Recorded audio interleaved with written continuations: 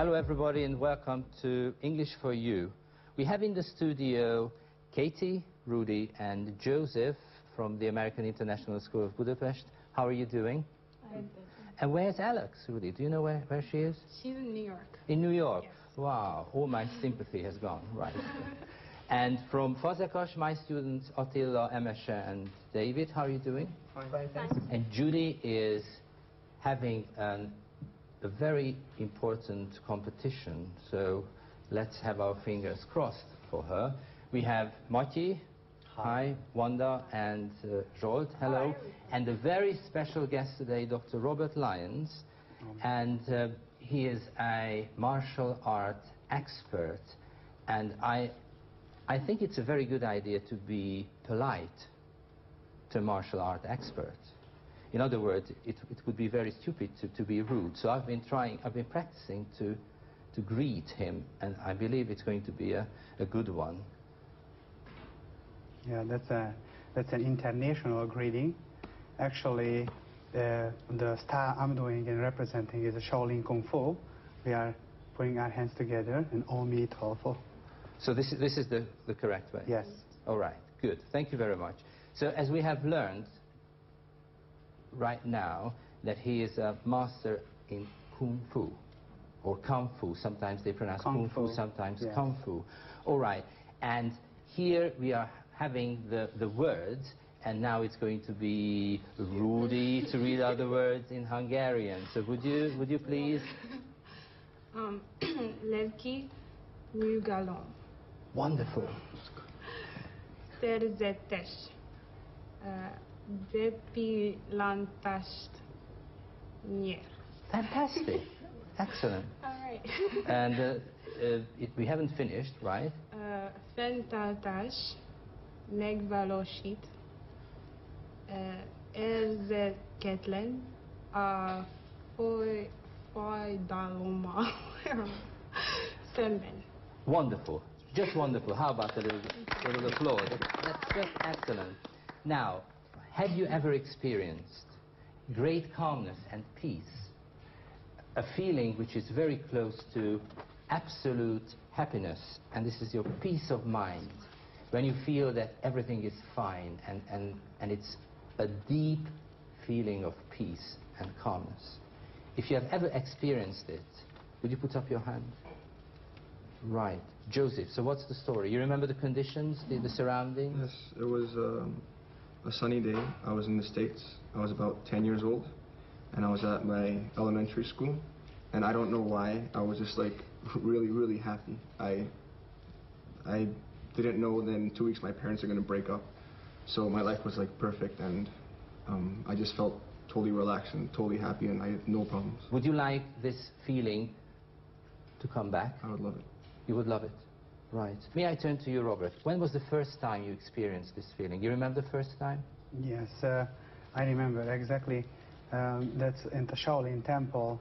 It's a very good place for that because all your worries is gone. When you step into the walls to Shaolin, you forget about your everyday problems, you forget about your family problems, and only one thing you can remember, the quietness, the peace, what is around you and surrounding you. You know, it's the chi, the inner force is around you.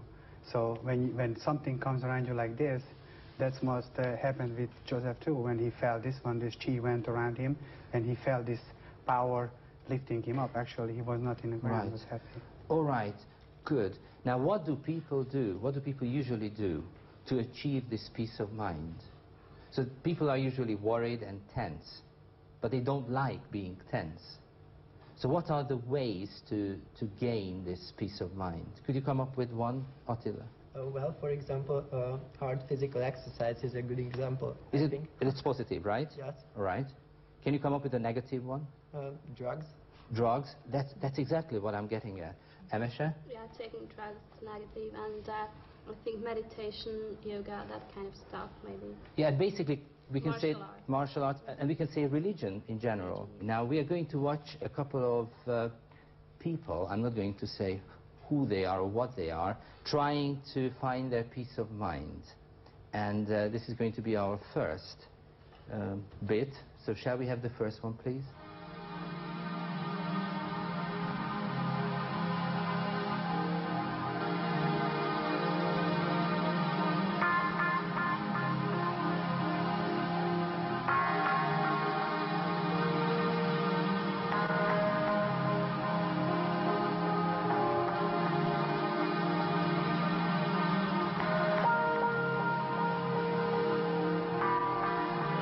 like you to do is just to share your feelings and thoughts after watching this little bit. Attila. Well, after that last piece of mine was not the first thing that crossed my mind. So it was pretty cruel, right? It seemed painful for me. Yes. Joseph, your feelings after watching this? Maybe pain relaxes you because you can't think of anything else, so maybe it does ease your mind. Right. Were they, Robert, were they characteristic pictures? Yes. And genuine ones? Yes, it is. It is as well. It's a true the pictures what we saw, but you have to understand they don't feel no pain, because the training what is gets to this first is religion, and then hard practice every day 10 hours, and then you don't feel the pain. I was wondering that this guy, the other guy, really hit the other guy's testicles? No, he hit. No? If you look at it slowly, you can see he hit the inner thigh. So he did not. So the thigh, not the testicles. No. It's bad enough like that, but yes.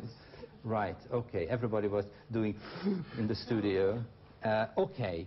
So we are going to watch the first bit, and my Fazaka students, who is the report going to be about? So that's your job.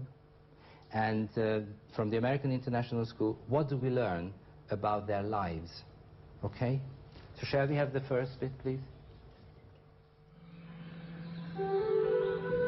High on a lonely mountaintop in China's central Henan province, the Buddhist monks of the Shaolin Temple have been praying, training and fighting for the last 1,500 years. It's a harsh life by Western standards. Children as young as 4 leave their families forever to learn the legendary martial arts skills of the monastery. Rising at 5 in the morning, the day of a soldier monk stretches out in a cycle of mountain runs, prayers, kung fu and studies of the Buddhist scripture, all on a strict vegetarian diet. Right, so Emesha? Well, it was about the monks of our Shaolin Kung Fu temple. Yes, I've got this. What is a monk? Could you say that? In Hungarian? No, in English. Could you give a definition? Well, a kind of religion. He lives in religion. Yeah. A monk lives in an all-male group, religious group, far away from society. And the place where monks live, what would you call? Monastery. Monastery. Good. And what would you call a female monk? Nun. Nun. Excellent. And where do nuns live? Nunnery, no. In a convent. So monks live in monasteries, nuns live in convents. Okay, and what about your job? So about their lives. Katie? Well, they get up very early in the morning, and even children as young as 4 are part of the routine, and they read from the book, the holy book, and they do exercises, and they follow a strict vegetarian diet. Strict vegetarian diet. And what are the books they usually read? Buddhist scriptures, holy books. Buddhist scriptures. Right.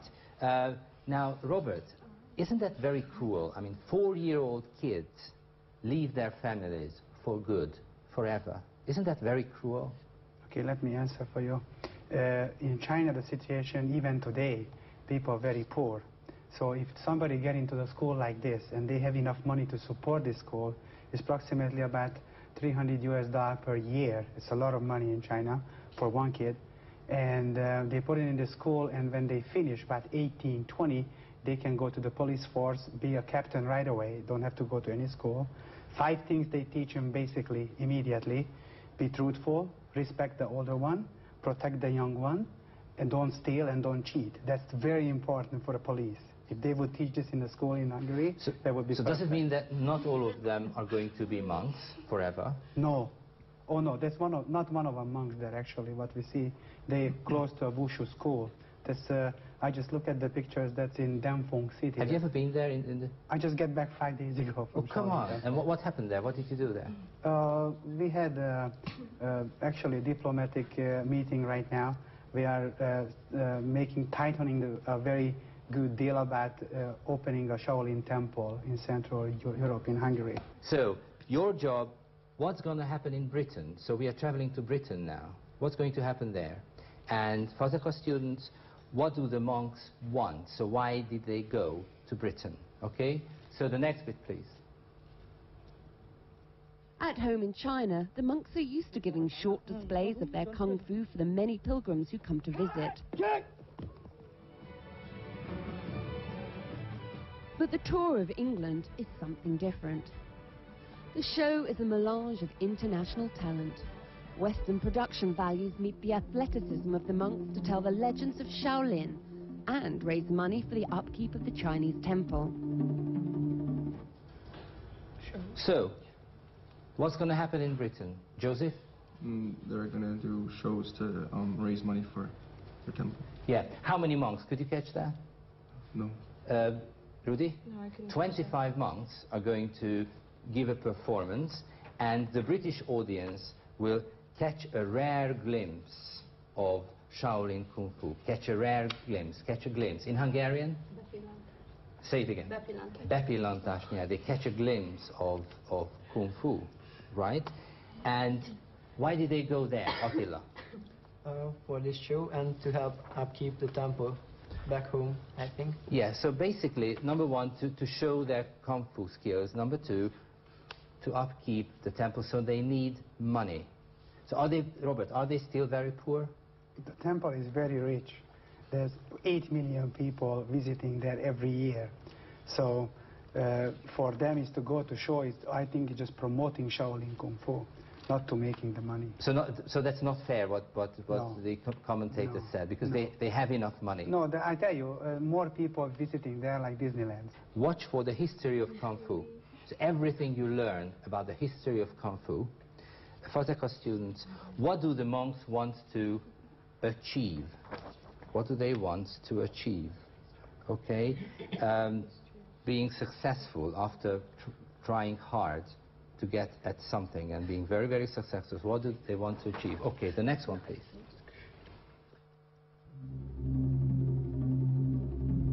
Shaolin Kung Fu originated in the 6th century, and it's widely held to be the source of all Asian martial arts. The monks believe that they can reach spiritual heights through Kung Fu. As Shaolin philosophy goes, healthy body, healthy mind. It is only through struggle that the monks believe they can achieve inner peace. Being a Shaolin monk means that my goal in life is to lighten the Shaolin spirit and to do good deeds and help people. So the history of Kung Fu, Katie. It originated in the 6th century. Good. Basically, that's it.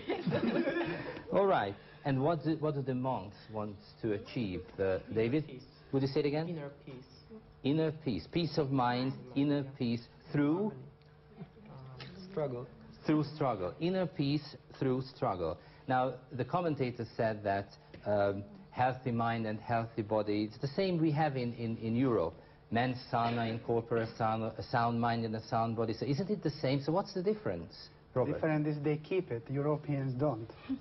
That's the big difference. Because if you see the average lifespan in China is 83 years old. In Hungary, where the medical is much higher standard, is 58. So big difference in the lifespan.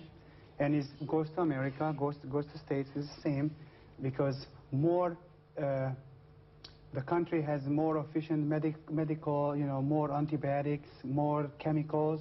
It's people lifespan gets shorter and shorter and shorter. So there's a contradiction, yes. Right? Okay, and the commentator said that Kung Fu is the source of all martial arts. Is that true? Actually, before Shaolin Kung Fu, there was other styles from India. But Shaolin Kung Fu was the first one who wrote it down. You know, the rules, the movements, and they built it by centuries. Actually, 1495, they established the Shaolin Temple. Right, and there's another question for you. These monks don't seem to be very peaceful. I mean, monks should be peaceful, but they fight all the time. Isn't there a contradiction? So why do they... Two kind of monks exist. One of them is a warrior monk who can eat meat, have a sexual relation. So this is not it's not a big problem for them. But the monks, the religion monks, they have no sex, not eating meat, and only praying 10 hours a day. And why do they have to fight? That's my question. Oh, centuries, they always have to defend themselves. To defend the temple? Yes. So it was in danger, the temple? Always, because they think different, like other people. Right now we can talk about diplomatics, and we can talk about for years before we go to war. That time, you know, 400 years ago, 500 years ago, they just run over the temple and burn it. So they had to defend it. Had to defend it. Right. So here comes the last bit. What fantastic feats can the monks perform? That's your job. So what are... Excuse me? What fantastic shows, feats can they perform? And your job is going to be, what do they not feel? Okay? And the last one, please. They fly through the air in arcs, lie on beds of nails, and shatter metal rods against their heads, yet still manage to look as though they're practicing yoga. This focus not only enables them to perform precise athletic movements with fantastic speed, but also makes them nearly impervious to pain.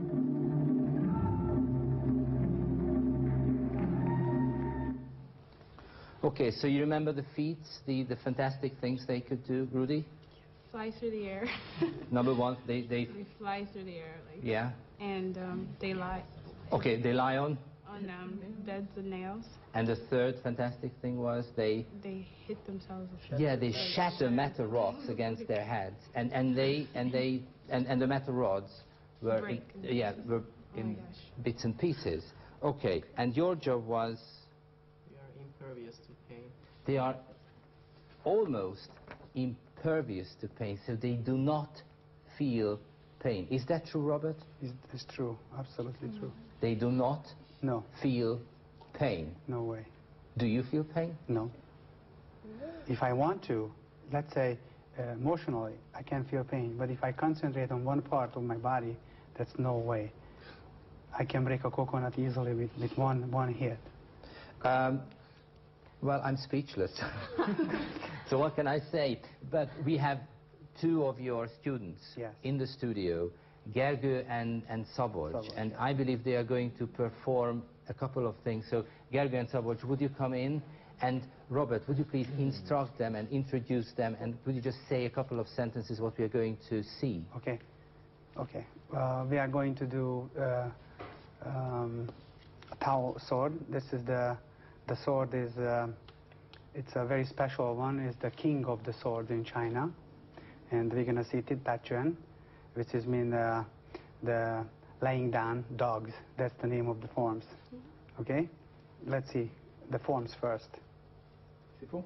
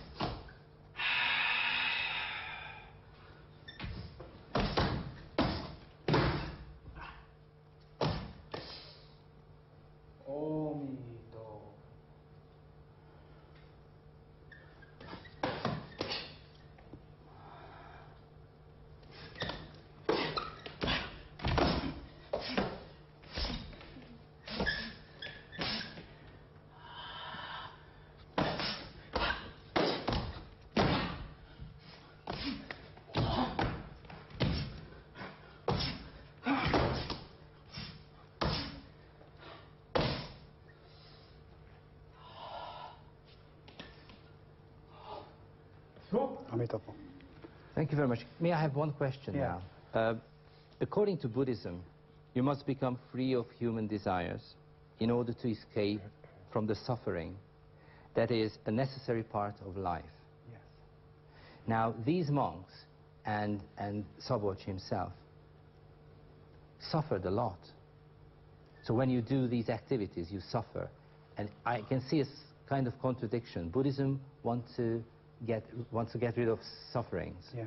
and they take on suffering. So what's the answer to this? Okay, you must understand. You have to have a desire first to achieve the high level.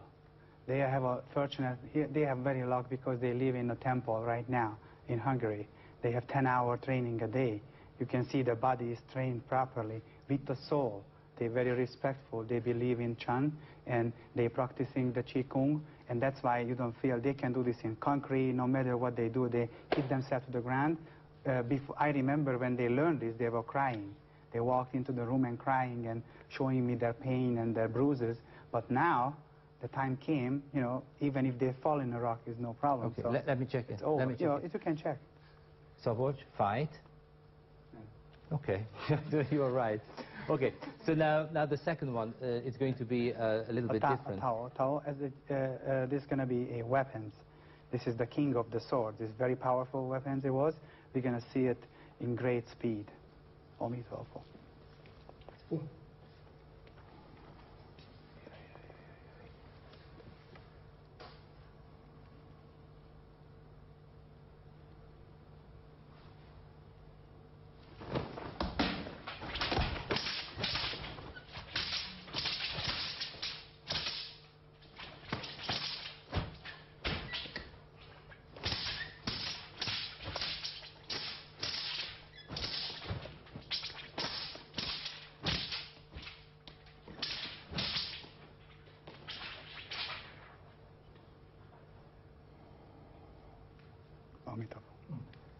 Thank you.